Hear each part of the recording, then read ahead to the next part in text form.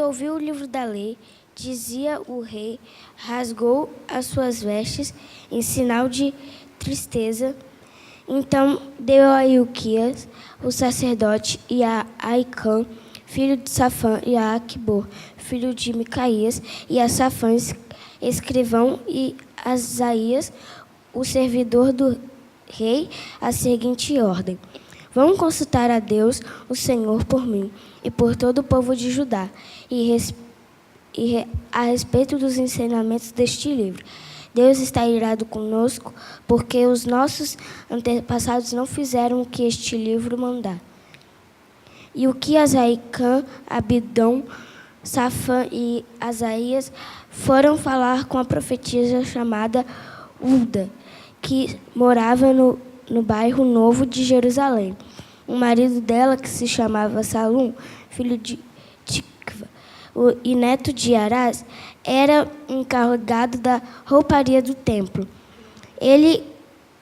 Eles contaram a Ulda o que havia acontecido, e ela lhes disse que voltassem e dessem ao rei a seguinte mensagem: eu, o Senhor, o Deus de Israel, vou castigar a cidade de Jerusalém e todo o seu povo, como está escrito no livro que o rei leu.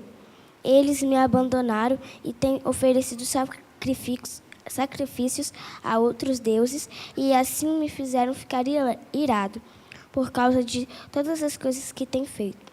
A minha ira se acendeu contra Jerusalém, e não vai se apagar. Eu, o Senhor, o Deus de Israel, digo isto a respeito do rei.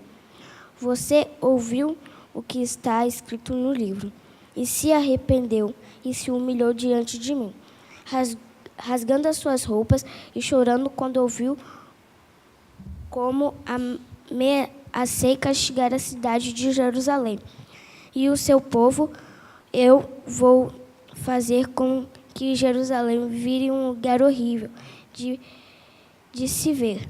E o nome desta cidade será usado para rogar pragas, mas eu ouvi a sua oração. E por isso, só depois da sua morte é que vou castigar Jerusalém. Vou deixar que você morra em paz. Então os homens levaram ao rei esta resposta. Primeiramente, eu queria chamar a atenção no verso 13, que a Bíblia diz que, eu vou ler aqui: vão consultar a Deus, o Senhor, por mim e todo o povo de Judá, a respeito dos ensinamentos deste livro. Deus está irado conosco, porque os nossos antepassados não fizeram este livro o que ele manda. Aqui eu vou falar sobre o furor de Deus.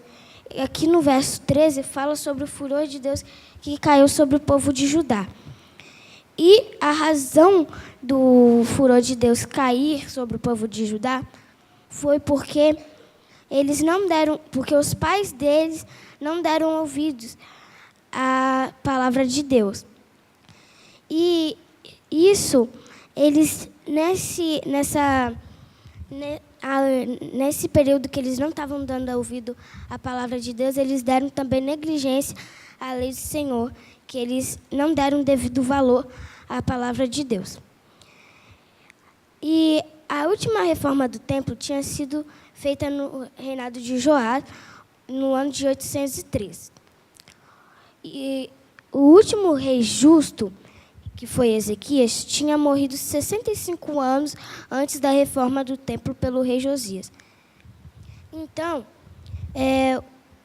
o templo ele foi reformado no reinado de Joás, no ano 813. E o último rei justo foi Ezequias, que ele tinha morrido 65 anos antes do reinado do rei Josias. Então, e aqui, durante esses 65 anos, temos exemplos ruins de reinados. Eu vou falar o primeiro exemplo. O primeiro exemplo foi o reinado de Manassés. Ele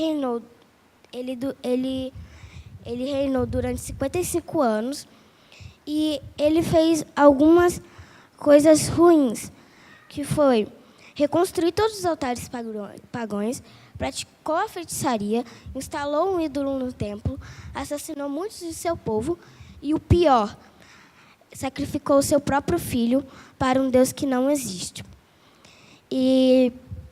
Mas ele se arrependeu no final de seu reinado. E o outro exemplo que temos de reinado ruim é de Amon. Ele reinou por um curto período, que foi de 2 anos. E o reinado dele podemos encontrar em 2 Reis 21, 18 a 26, ou em 2 Crônicas 33 a 20, 25. Isso explica, em parte, o estado de negligência do povo e o esquecimento do templo durante esses anos. Agora, podemos tirar uma lição, que porque o rei Josias amou a palavra de Deus, porque ele deu o devido valor à lei do Senhor.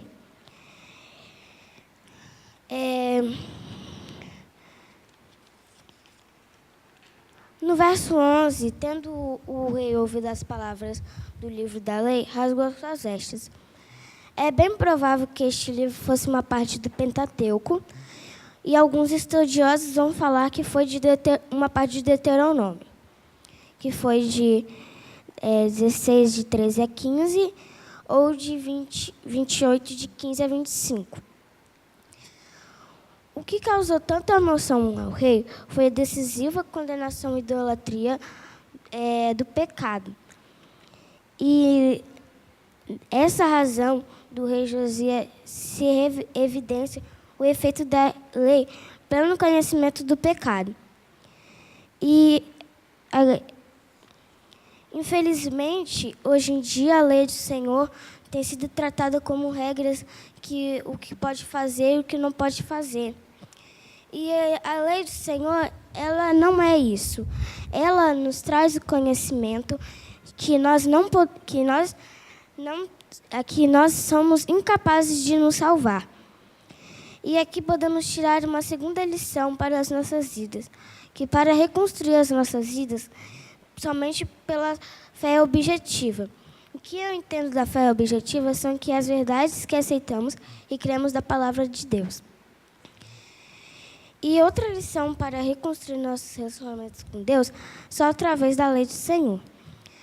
Quero finalizar dizendo que no verso 13, fala sobre o furor de Deus. E esse furor foi afastado da vida do rei Josias, porque ele creu na lei do Senhor. Ele deu o devido valor que o povo deveria dar. E Deus, desde aquele tempo, o juízo de Deus estava sobre nós, porque todos nós pecamos. E a Bíblia diz que Cristo morreu por nós para afastar o juízo de Deus que estava sobre nós. E aqui nós podemos achar em Romanos 3, 26, que fala assim: Deus ofereceu Cristo como sacrifício para que, pela sua morte na cruz, Cristo se tornasse o meio de as pessoas receberem o perdão dos seus pecados. Pela fé nele, Deus quis mostrar com isso que ele é justo. No passado, ele foi paciente e não castigou as pessoas por causa dos seus pecados. Mas agora, pelo sacrifício de Cristo, Deus mostra que é justo. Assim, ele é justo e aceita os que creem em Jesus. Assim como Josias, pela fé e amor à lei do Senhor, teve paz e descanso com Deus, nós também, mediante a fé, nós temos paz com Deus. E hoje nós podemos tirar uma lição que, se nós crermos e dar o devido valor, nós teremos a devida paz com Deus.